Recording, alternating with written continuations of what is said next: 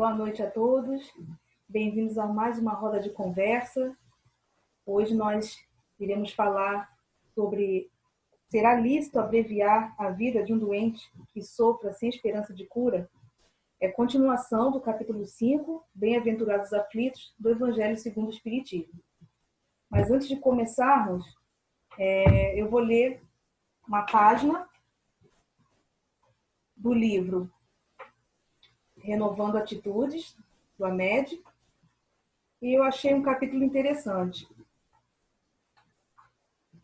O título é Todos são caminhos. Por que essa porta tão estreita, que é dada ao menor número transpor, se a sorte da alma está fixada para sempre depois da morte?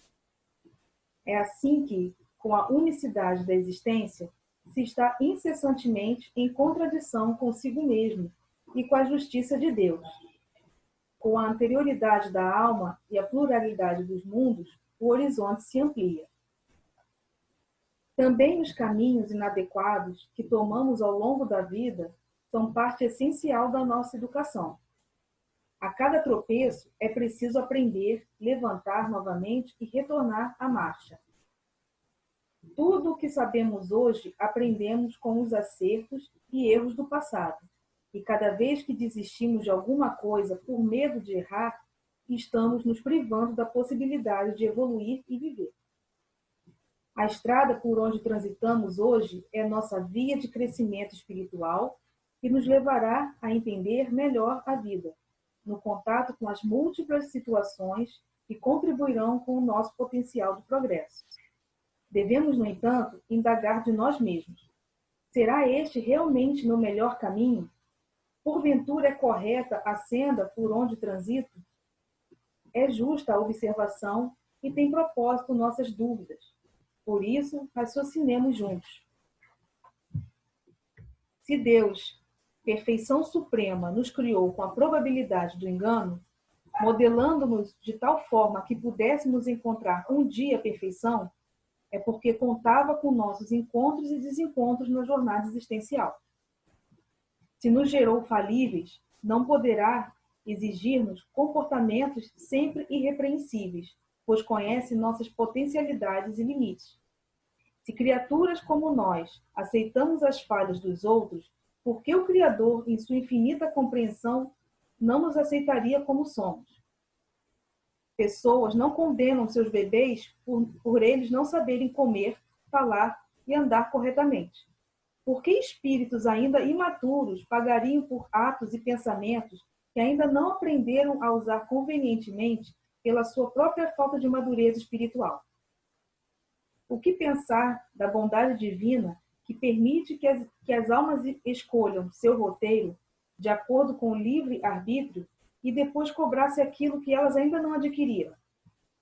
A divindade é puro amor e sabe muito bem de nossos mananciais espirituais, mentais e psicológicos e físicos, ou seja, de nossa idade evolutiva, pois habita em nosso interior e sempre suaviza nossos caminhos. Na justa sucessão de espaço e tempo, condizente com o nosso grau de visão espiritual, recebemos, por meio do fluxo divino, a onipresença, a onisciência e a onipotência do Criador em forma de senso de rumo certo, para trilharmos as rotas necessárias à ampliação de nossos sentimentos e conhecimentos. Diz a máxima: não se colhem figos dos espinheiros. Ora, como impor metas sem levar em conta a capacidade de escolha e de discernimento dos indivíduos? Efetivamente, nosso caminho é o melhor que podíamos escolher, porque, em verdade, optamos por ele, na época, segundo o nosso nível de compreensão e de adiantamento. Se, porém, achamos hoje que ele não é o mais adequado, não nos culpemos. Simplesmente mudemos de direção, selecionando novas veredas. Nós mesmos é que nos provamos. A cada passo experimentamos situações e pessoas, e delas retiramos vantagens e ampliamos nosso modo de ver e sentir, a fim de crescermos naturalmente, desenvolvendo nossa consciência. Ninguém nos condena, nós é que cremos no castigo e por isso nos autopunimos, provocando padecimento com nossos gestos mentais. Aceitemos sem condenação todas as sendas que percorremos. Todas são válidas, se lhes aproveitarmos os elementos educativos, porque, assim somadas, nos darão sabedoria para outras caminhadas mais felizes. Mesmo aquelas trilhas que anotamos como caminhos do mal não são excursões negativas de perdição perante a vida, mas somente equivocadas opções do nosso livre-arbítrio, que não deixam de ser reeducativas e compensatórias a longo prazo. Cada um percorre a estrada certa no momento exato, de conformidade com seu estado de evolução. Tudo está certo, porque todos estamos nas mãos de Deus. E assim, vamos fechar os nossos olhos, vamos nos conectar com a imagem de Jesus e agradecer a Ele por mais uma noite de estudo, mais uma noite que a gente tem a oportunidade de aprender um pouco mais da doutrina espírita e que tenhamos em mente que cada ensinamento que a gente possa aplicar no nosso dia a dia, que a gente possa contribuir para o nosso melhoramento íntimo e também para o melhoramento da coletividade. Que Deus possa estar abençoando e amparando a todos nós, encarnados e desencarnados deste planeta. Que Jesus possa estar conosco esta noite. Que assim seja, graças a Deus. Bom, então, depois da prece, da leitura da página, a gente vai entrar, na leitura do Evangelho. Será lícito abreviar a vida de um doente que sofra sem esperança de cura? Um homem que está agonizante, presa de cruéis sofrimentos. Sabe-se que seu estado é desesperador. Será lícito pouparem-se-lhe alguns instantes de angústias, apressando-lhe o fim? A resposta dos Espíritos. Quem vos daria o direito de prejudicar os desígnios de Deus? Não pode ele conduzir o homem até a borda do fosso, para daí o retirar, a fim de fazê-lo voltar a si e alimentar ideias diversas das que tinha? Ainda que haja chegado ao último extremo um moribundo, ninguém pode afirmar com segurança que lhe haja soado a hora derradeira. A ciência não se terá enganado nunca em suas previsões? O início já do texto já dá um início, um toque, de como será o nosso estudo. Já está mostrando, Allan Kardec fez a pergunta aos espíritos, querendo saber se, quando alguém está numa doença em fase terminal, quase morrendo, se é lícito tirar a vida dessa pessoa, ajudar essa pessoa a tirar a vida, ajudar. E os espíritos já respondem, que não, que nós temos o nosso tempo aqui na Terra e por maior que seja a dificuldade e a dor e o sofrimento, a gente não pode abreviar o nosso caminhar, A gente pode suavizar a problemática, pode suavizar as situações, mas não abreviar a nossa vida, E o que você me diz, Pedro? Qual é a sua opinião sobre isso? Então, nesse parágrafo, eu gostaria de destacar esse final, que eu achei ele muito interessante. A ciência não se terá enganado nunca em suas previsões? Bom, vamos falar um pouco sobre a ciência da época que esse livro foi escrito. O Evangelho segundo o Espiritismo foi escrito, se eu não me engano, em 1864. Ele foi finalizado nesse ano, mas ele já vinha sendo escrito anos antes. E naquela época, a medicina ainda era muito para trás, Era um pouco, em comparação a hoje, muito rústica, Então, por exemplo, doenças apareciam e os médicos simplesmente não tinham como curar. Muitas doenças eram vistas como doenças mortais, porque não se tinha cura.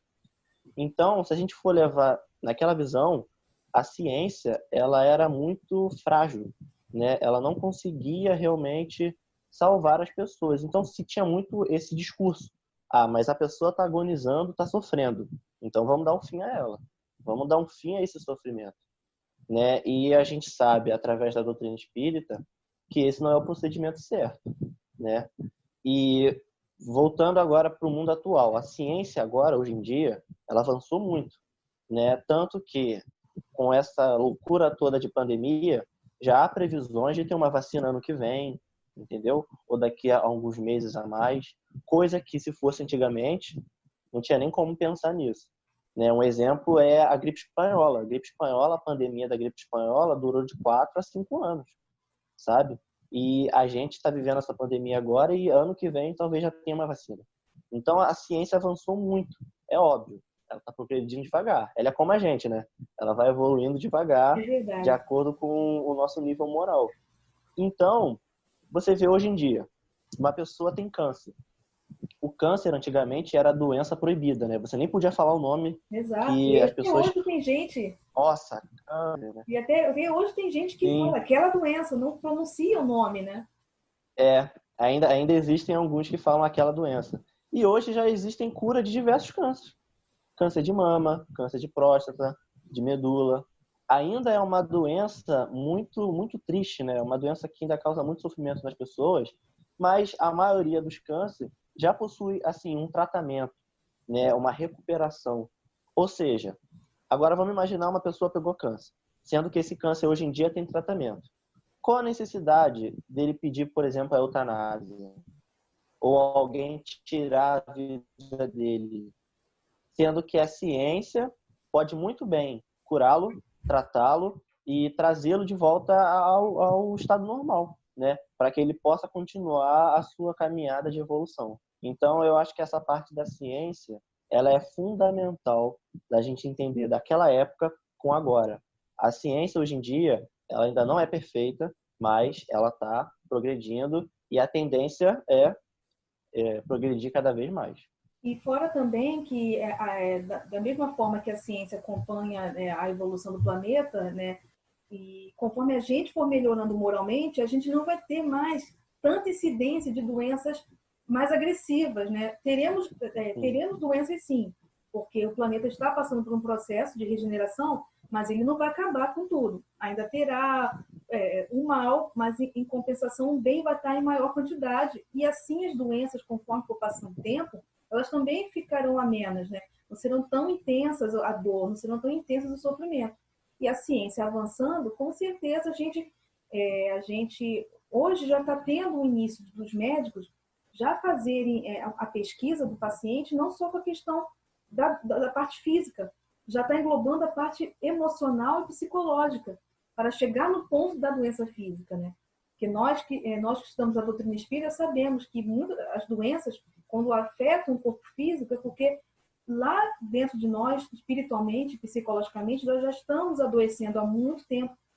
Então, a gente vai alimentando certos sentimentos, certas emoções que, ao longo do tempo, vão se materializando ao ponto de chegar numa doença, num distúrbio, em qualquer tipo de doença, desde uma simples gripe até um câncer em fase terminal, né? Mas a medicina hoje, em relação ao século XIX, deu um salto gigantesco.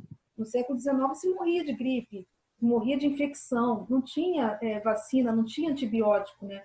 Então, quando foi chegando esses medicamentos, foram chegando esses remédios, a humanidade deu um sobressalto na expectativa de vida.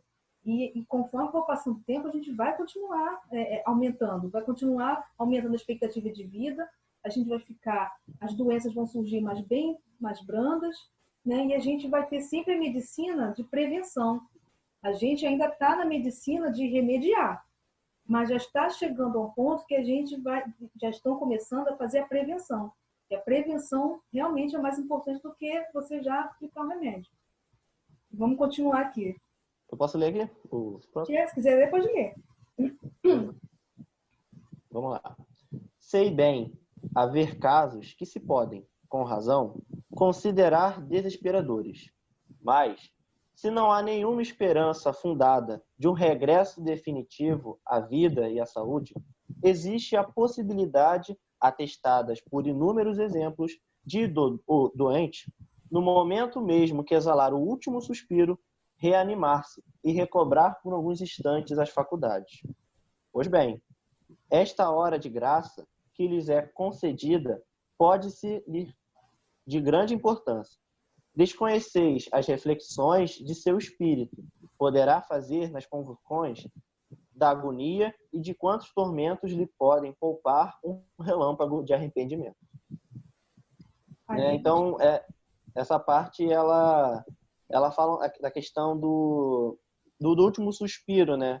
De, às vezes, a pessoa está ali agonizando, mas surge na cabeça dela aquela coisa de a vida passou nos olhos, né? Talvez esse momento seja um momento de reflexão, um momento de reflexão necessária para o espírito, naquele processo de desencarne, né? A gente tem que ter essa noção que nada que acontece com a gente é por acaso.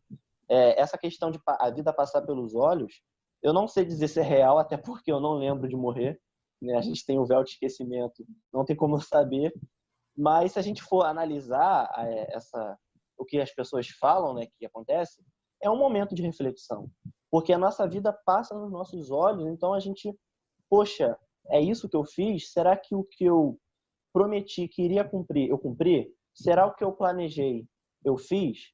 Sabe? Então, esse momento do último suspiro, ele é importantíssimo para o espírito nesse processo de desencarne, porque ele vai trazer essa reflexão, né? Não, e também tem a parte não só do desencarne, como também quando as pessoas recuperam, porque às vezes existem pessoas que estão numa situação muito delicada de saúde, estão meses ou anos em coma. Já existe casos, eu mesmo já li reportagem de uma moça nos Estados Unidos, se não me engano, ela estava há mais de 20 anos em coma. Quando os médicos conseguiram realmente fazer com que os pais assinassem um documento autorizando o desligamento dos aparelhos para ela morrer, ela despertou. E aí os médicos ficaram assim, como que ela despertou? E ela despertou com lucidez, ela não teve nenhuma sequela neurológica, ela simplesmente despertou. É claro que quando a pessoa ficar muito tempo em coma, ela vai ter que reaprender tudo, vai reaprender a andar, reaprender a falar, mas olha a oportunidade, né? Mais de 20 anos desligado, entre aspas, mas nós sabemos que quando existe essa situação, né, delicada, o espírito fica ali, próximo ao corpo. O espírito não desaparece. Quantas vezes a gente escuta também relatos de pessoas que tiveram experiência de quase morte, um acidente grave, ou então mesmo já internada há muito tempo e quase morreu, teve uma parada cardíaca, uma parada respiratória, e no momento que os médicos estavam reanimando, ela teve aquela experiência de estar do lado espiritual e ter contato com os espíritos, e os espíritos falaram, ainda não é o momento de você estar conosco, volta, você precisa dar continuidade à sua vida. E as pessoas voltam completamente diferentes. Elas voltam com uma outra percepção e elas falam, eu tenho a oportunidade de fazer tudo diferente e estou fazendo tudo diferente, né? Então, você imagina uma pessoa, a gente sabe que nem todo mundo acredita Estou em vida precisando de espiritual. uma experiência dessa. E nem todo mundo acredita em vida espiritual. Mas imagina aquelas pessoas que são materialistas, que não acreditam, né? E é o fim, acabou está de frente com uma situação dessa. O que né? É uma forma até da pessoa assim de repensar, né, os conceitos, né? E as pessoas que estão passando por isso, quando se reanimam, também é a oportunidade que Deus deu para assim, faça diferente, né? Faça diferente, trilhe um outro caminho para você ser feliz. Eu estou te dando uma outra oportunidade, uma nova chance de você fazer diferente. Bom, continuando. O materialista que apenas vê o corpo e em nenhuma conta tem a alma é inapto a compreender essas coisas. O espírita, porém, que já sabe o que se passa no além-túmulo, conhece o valor de um último pensamento. Ignorai os derradeiros sofrimentos, quando puderes, mas guardai-vos de abreviar a vida, ainda que de 1 minuto, porque esse minuto pode evitar muitas lágrimas no futuro. Foi a mensagem de São Luís, em Paris, 1860. Esse último trecho aqui também explica muito bem, né? Eu não sei quais os países que aceitam a eutanásia. Eu sei que a Suíça tem. A Suíça tem um hospital igual uma casa. E as pessoas que estão em doença de fase terminal, que não tem cura, que elas sabem que elas vão morrer, mas lá na Suíça eles têm a legislação a favor, né, que se você é adulto e tem a sua faculdade mental ainda capaz de decidir, e se a pessoa optar por eles falam até suicídio assistido. Eles usam esse termo, suicídio assistido. Então, eles vão com a família, se despedem das famílias e e os médicos aplicam a medicação e a pessoa vai, aos poucos, se desligando até que tenha a morte, né? Mas isso é uma mentalidade material, né? Que eles acreditam que acabou ali a morte do corpo físico, tudo bem, né? Mas a gente que estuda doutrina espírita, a gente sabe que não é bem assim, né? Que o espírito não está totalmente, não perdeu totalmente o seu fluido, né? Como a gente sabe que o fluido vital é o que anima o corpo, né? É o que dá vida. Quando cessa o fluido vital, realmente há a morte física, não tem como voltar. Mas enquanto você está vivo, mesmo respirando sobre aparelhos, mesmo estando em coma, o seu corpo está funcionando, né? O seu espírito está ligado ao corpo. E fazer uma ruptura assim dessa vai gerar muito sofrimento para quem partir, para aquele espírito que for partir. Por ele não ter consciência da vida após a morte, imagina o despertar dele. Como que será lá no plano espiritual quando vê que realmente a morte a morte do corpo não é o fim, totalmente, né? Imagine também, eu fico imaginando também para quem escolhe fazer isso, assim, eu vou autorizar a pessoa a fazer a eutanásia, né? No caso lá fora, aqui no Brasil é proibido, não se pode fazer eutanásia, né? Mas eu fico imaginando depois a pessoa, né? Enquanto ela estiver viva aqui encarnada na Terra, ela não vai ter noção. Mas imagine esse espírito quando desencarnar também souber que ele foi o responsável pela morte de uma pessoa que ainda não estava na hora de morrer, né? Você pode até falar sobre o que Sim, sobre essa parte de fluido vital, né? Para explicar para as pessoas. sim, sim.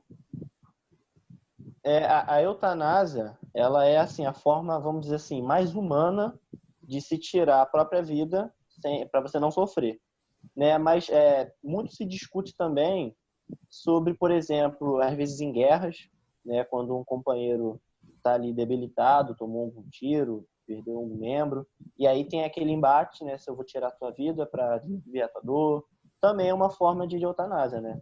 Então, assim, isso eu acho que mexe muito com a questão do orgulho, né? Do egoísmo humano, porque eu vou tirar minha própria vida para eu não sofrer, sabe? E eu acho que isso é uma falta de visão espiritual da coisa, né? Que a gente sabe que tudo que acontece na nossa vida, nada é por acaso, né? Então, às vezes, até esse sofrimento na morte, ele tem um motivo. Esse sofrimento durante o desencarne, ele tem algum motivo para estar acontecendo. Pode ser algum tipo de expiação, algum tipo de prova, algum tipo de experiência que você tenha que passar. Mas se aquilo está acontecendo com você, é porque você tem que saber passar por aquilo, tem que ter resignação. E falando um pouco sobre essa parte do fluido, eu vou pegar aqui o nosso bom e velho Livro dos Espíritos. Logo na introdução, no segundo item, no parágrafo 7, a introdução do Livro dos Espíritos, o Allan Kardec ele vem trazendo alguns princípios da doutrina, algumas coisas, né, ele vai destacando. E no sétimo parágrafo do item 2 da introdução, ele caracteriza o princípio vital, né, que seria o fluido vital. O princípio vital, o princípio da vida material e orgânica. Qualquer que seja a fonte de onde promande, princípio este comum a todos os seres vivos, desde as plantas até o homem. Pois que pode haver vida com a exclusão da faculdade de pensar. O princípio vital é coisa distinta, independente.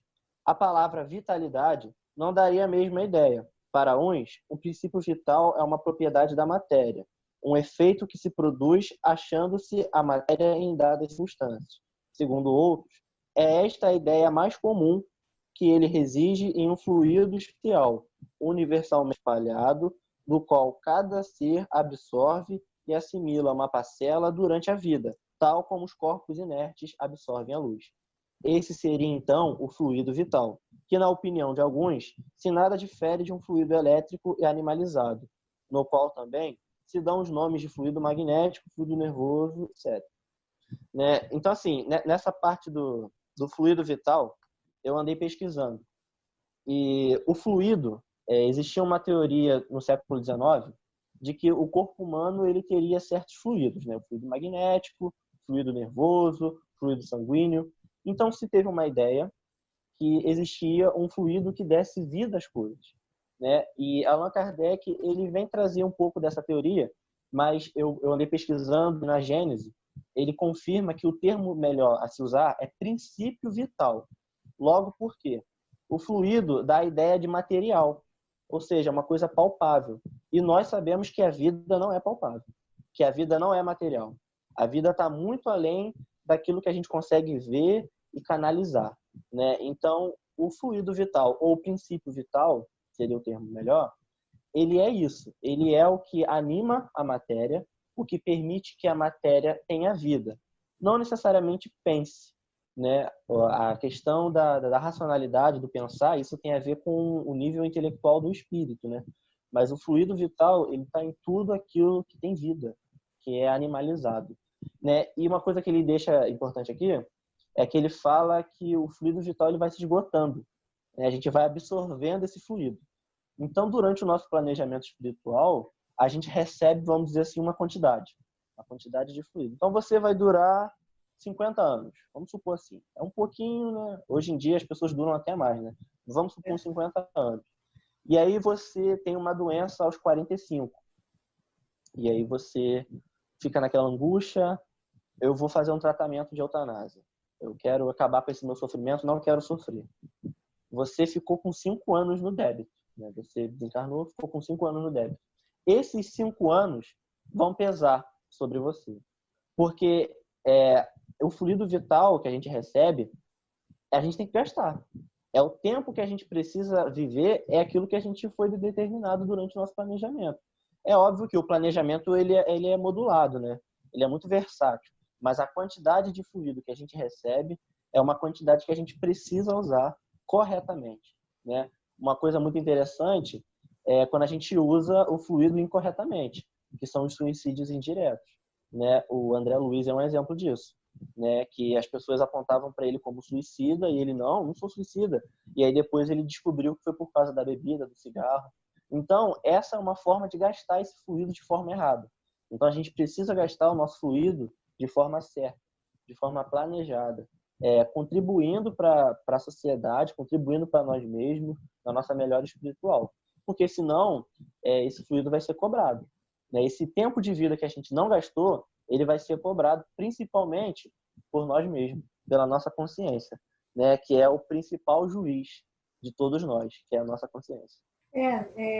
Você falando agora, exato mesmo, assim, a gente, com a nossa atitude, a gente tem que ter sempre equilíbrio.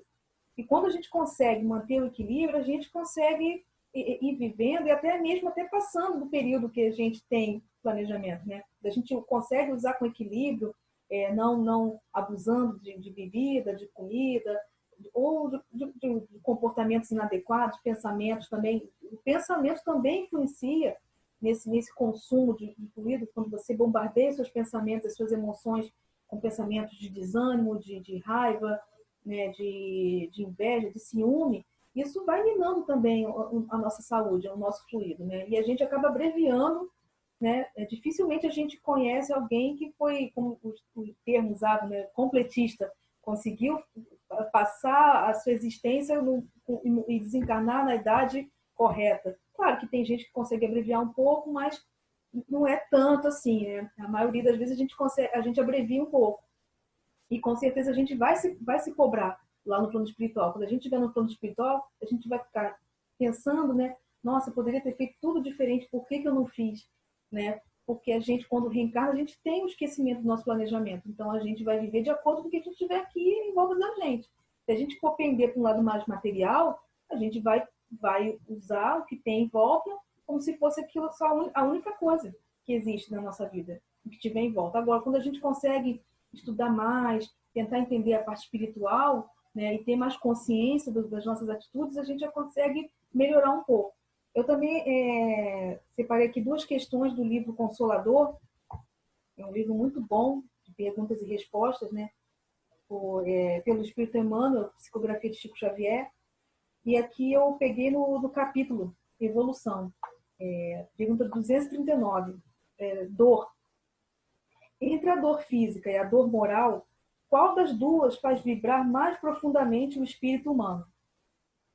Podemos classificar o sofrimento do espírito como a dor realidade e o tormento físico de qualquer natureza como a dor ilusão. Em verdade, toda dor física colima o despertar da alma para os seus grandiosos deveres, seja como expressão expiatória, como consequência dos abusos humanos ou como advertência da natureza material ao dono de um organismo. Mas toda dor física é um fenômeno, enquanto que a dor moral é essência. Daí a razão por que a primeira vem e passa, ainda se faça acompanhar das transições de morte dos órgãos materiais. E só a dor espiritual é bastante grande e profunda para promover o luminoso trabalho do aperfeiçoamento da redenção. Então é o que a gente estava aqui falando, né? A dor física, ela é passageira. Ela vai trazer sofrimento? Vai, mas a gente está vivendo num planeta de provas e expiações, e que a dor ainda é necessária para a gente poder caminhar mais rápido, para a gente poder aprender mais rápido e evoluir. Se a gente não sentisse esse empurrão do plano espiritual, digamos assim, e a gente só sente isso porque a gente acaba infringindo as regras, né? Abusando do nosso livre-arbítrio, a gente não consegue viver de forma equilibrada, e por isso que a gente sofre as consequências, né? A doença, o sofrimento não é um castigo, ele só é a consequência do nosso abuso das leis de Deus. Né? Se a gente conseguisse viver de forma equilibrada, tentando fazer o melhor que a gente puder, a gente não sofre tanto. Né? E geralmente, muitas das vezes, a dor não é só para aquela pessoa que está sofrendo, também envolve os familiares. É uma prova e uma expiação também para os familiares, para aprender a ter paciência, para poder também observar e ver que também pode estar no lugar desse familiar ou do amigo que está doente, né? E ver que a vida material ela é rápida, ela num fio ela pode acabar e a gente pode desencarnar, né? Para a gente dar o valor à vida. Dar valor à vida não é dar valor só ao corpo, é dar valor, cuidar realmente do corpo para que o espírito possa se expressar bem. Né? Imagina como que a gente vai se expressar, como que a gente vai conseguir trabalhar, viver de forma plena com um corpo deteriorado.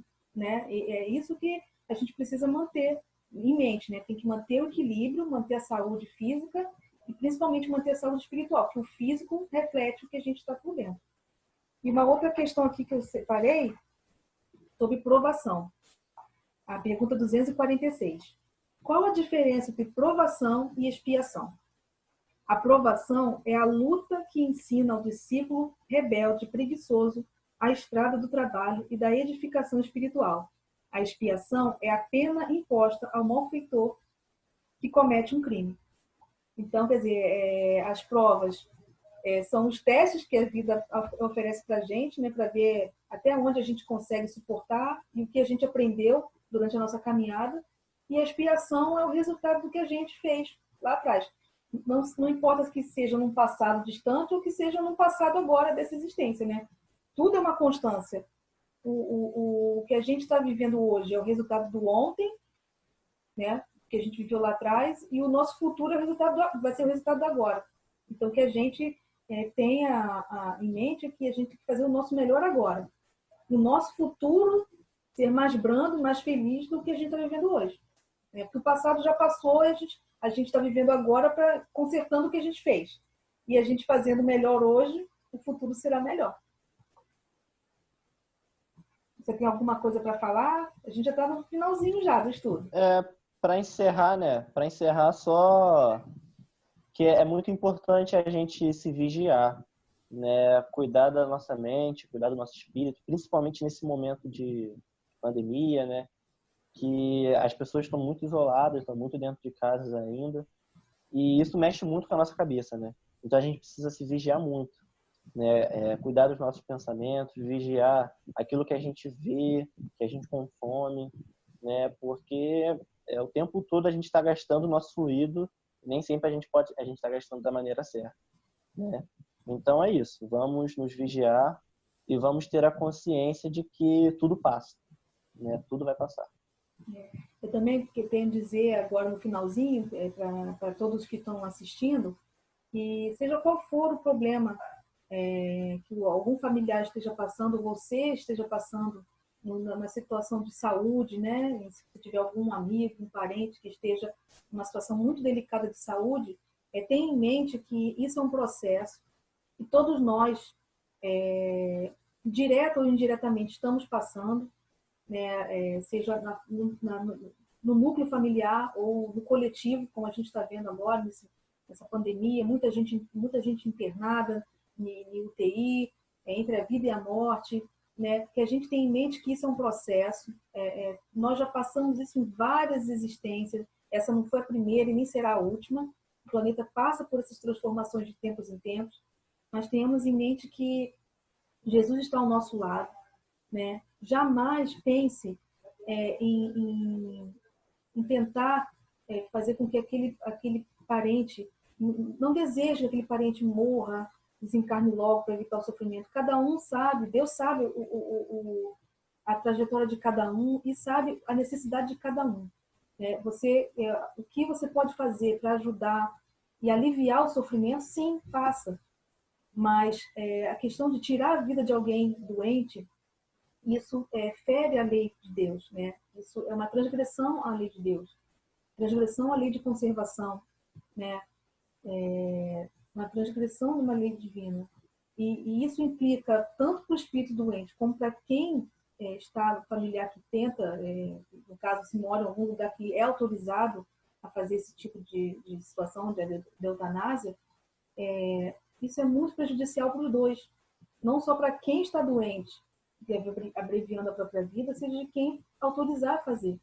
Porque no final das contas, a sua consciência vai cobrar os seus atos. De todos nós. Né? As nossas ações vão determinar o que a gente vai cobrar de nós mesmos. Deus não castiga, isso não é um castigo, né? É só um processo. E como o Pedro falou, tudo vai passar. Isso também vai passar e que a gente mantenha a fé e a esperança e trabalhemos para que isso passe, né? Com as nossas preces, com a ajuda do seu ente querido. E quando ele partir, é sinal de que ele já cumpriu a meta dele, já cumpriu o objetivo. Então, ele com certeza está amparado pelos amigos espirituais e por Deus. Bom, Pedro, eu agradeço a sua participação na nossa roda de conversa e você pode fazer a sua prece final. Boa noite a todos. Vamos lá. Boa noite a todos e vamos fazer a nossa prece final.